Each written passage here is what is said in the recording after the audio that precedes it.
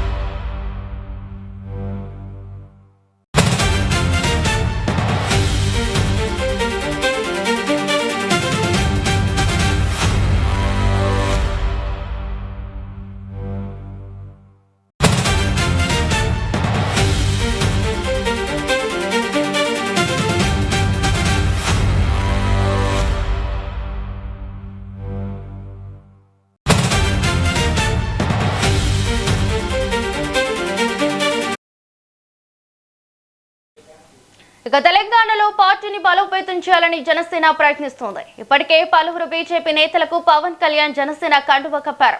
మరి రాజా సింగ్ జనసేనలో చేరుతారా అనేది ఆసక్తికరంగా మారింది. ఇక ఇదే అంశంపై పూర్తి డీటెయిల్స్ మా సీనియర్ కరెస్పాండెంట్ రామకృష్ణ లైవ్ లో అందిస్తారు. రామకృష్ణ, చెప్పండి.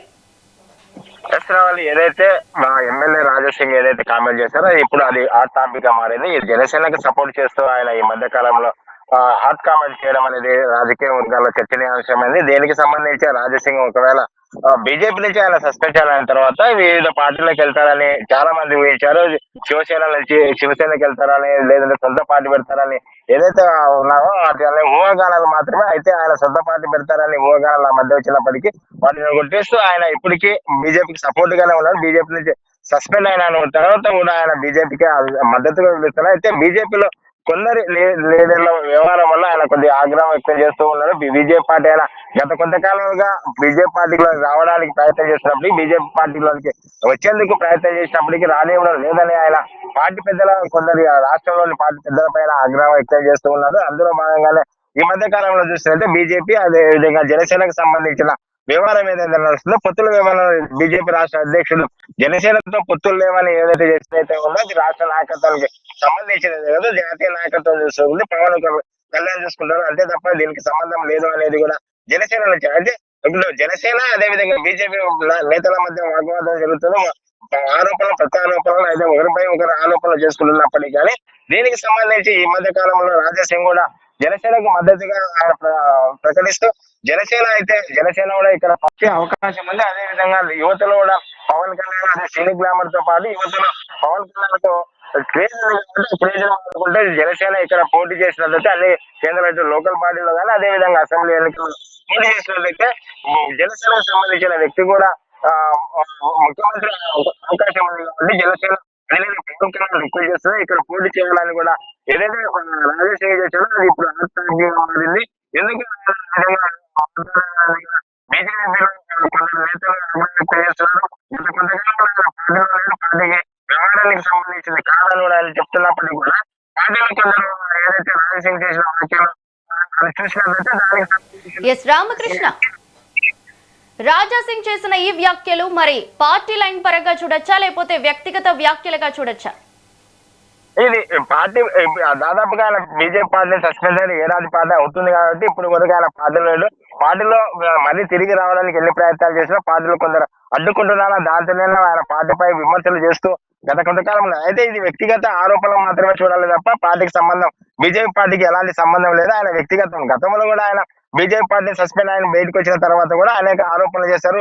వేరే పార్టీలకు వెళ్తారు లేదంటే సొంత పార్టీ పెడతారు అని వచ్చారు. అదే అది ఆయన కేవలం వ్యక్తిగత ఆరోపణలు ఊహాగానాలు మాత్రమే తప్ప ఇప్పుడు కూడా ఏదైతే జనసేనకు మద్దతుగా ఇచ్చారో జనసేన కూడా ఇక్కడ పోటీ చేయాలన్నది ఏదైతే ఉందో దానికి సంబంధించి అది వ్యక్తిగతంగానే చూడాలి. ఎందుకంటే రాష్ట్రంలో ఇటు రెండు పార్టీలను చూసిన బీఆర్ఎస్ అదే కాంగ్రెస్ పార్టీ పాలన చేశారు. బీఆర్ఎస్ అప్పుల పాలన చేశారు. అదే విధంగా ఇప్పుడు కాంగ్రెస్ పార్టీ కూడా సంక్షేమ పథకాలుగా అదే అప్పులు బీఆర్ఎస్ కంటే ఎక్కువ చేస్తుంది కాబట్టి ప్రత్యామ్నాయంగా ఒక పార్టీని చూస్తున్నారు. ప్రజలు వేరే పార్టీకి ఆదరించాలని చూస్తున్నారు. అయితే బీజేపీ లోపకారి ఒప్పంద అధికార పార్టీతో ఉన్న కొందరు నేతలు బీజేపీలో ఉన్న కొందరు ఏ పార్టీ అధికారం ఉంటే ఆ పార్టీకి లోపకారి ఒప్పందాల వల్లనే బీజేపీ అధికారం లేకుండా రావడం లేదు. గత 2014 నుంచి అనేక సార్లు బీజేపీ పెద్దలు ఎన్ని హెచ్చరికలు చేసినా కూడా వాళ్ళు పట్టించుకోకుండా లేని కారణంగానే రాష్ట్రంలో పార్టీ అధికారం లేకుండా రావడం లేదు. కాబట్టి ఇప్పుడు బీజేపీ కాకుండా జనసేనకు ప్రత్యామ్నాయంగా జనసేన కూడా ఇక్కడ స్కోప్ ఉంది. గతంలో చూసినట్టయితే ఎన్డీఏలో భాగస్వామిగా జనసేన ఉంది కాబట్టి ఈ ఆంధ్రప్రదేశ్ లో జనసేన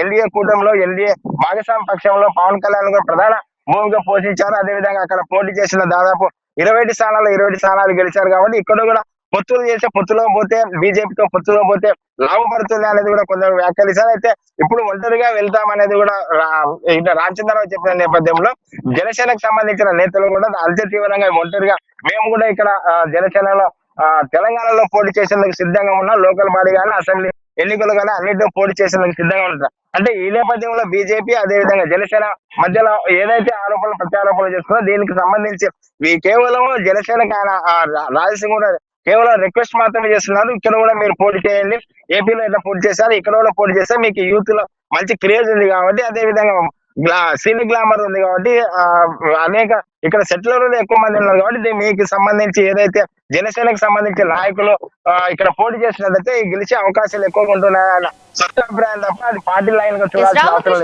లేదు. తెలంగాణలో రాబోయే స్థానిక సంస్థల ఎన్నికల్లో బీజేపీ అలాగే జనసేన పొత్తు పెట్టుకునే అవకాశాలు ఈ వ్యాఖ్యల వల్ల ఎంతవరకు బలపడ్డాయంటారు? అంటే ఇప్పుడు చూసినట్లయితే ప్రస్తుతానికైతే జనసేన బీజేపీ మధ్య రామచంద్రరావు క్లారిటీగా చెప్తున్నాడు. ఇప్పటికైతే లోకల్ బాడీ ఎన్నికలు కానీ ఏదైనా ఎన్నికలు కానీ అది జాతీయ నాయకత్వం చూస్తే ఇప్పటికి మాత్రం మేము సొంతంగా ఇండివిజువల్ గానే వెళ్ళేందుకు ఒంటరిగా పోరాటం చేసేందుకు ఒంటరిగా వెళ్ళాలి, ఒంటరిగా పార్టీని బలోపేతం అందుకే కింది స్థాయి నుంచి బలోపేతం చేస్తున్నా ఇప్పటికే ప్రజా పోరాటాలు నిర్మిస్తున్నాం కాబట్టి వేరే పార్టీతో పొత్తు లేకుండా ఒంటరిగా పోవాలనేది కూడా పాయింట్ అయితే కనిపిస్తున్నప్పటికీ జనసేనతో పొత్తు పెట్టుకుంటే లాభపడుతుంది అనేది కూడా కొందరు మాట వస్తుంది. కాబట్టి ఇటు జనసేనకు ఒక వైపు లాభం ఉంది, ఒక వైపు నష్టం కూడా ఉంటుంది అనేది. ఎందుకంటే చాలా సార్లు పవన్ కళ్యాణ్ తెలంగాణపై విమర్శలు చేయడం తెలంగాణపై చూసినాం కాబట్టి దానికి సంబంధించి తెలంగాణ విషయంలో జనసేనపై ఒక వర్గం సంతృప్తిగా ఉన్నప్పుడు ఒక వర్గం ఆగ్రహంతో ఉంది కాబట్టి దీనికి సంబంధించి బీజేపీకి నష్టం వస్తుంది అనేది వారి లోకల్ స్థానికంగా ఉన్న నేతలు రాష్ట్రంలో ఉన్న నేతలు అభిప్రాయం వ్యక్తం చేస్తున్నారు. కాబట్టి ఒంటరిగా పోయినట్లయితే లాభపడుతుంది, పార్టీ క్యాడర్ కూడా కింది స్థాయిని బలోపేతం అవుతుంది అనేది ప్రధాన ఏజెండాగా ముందుకు పోతున్నారు. కాబట్టి వచ్చే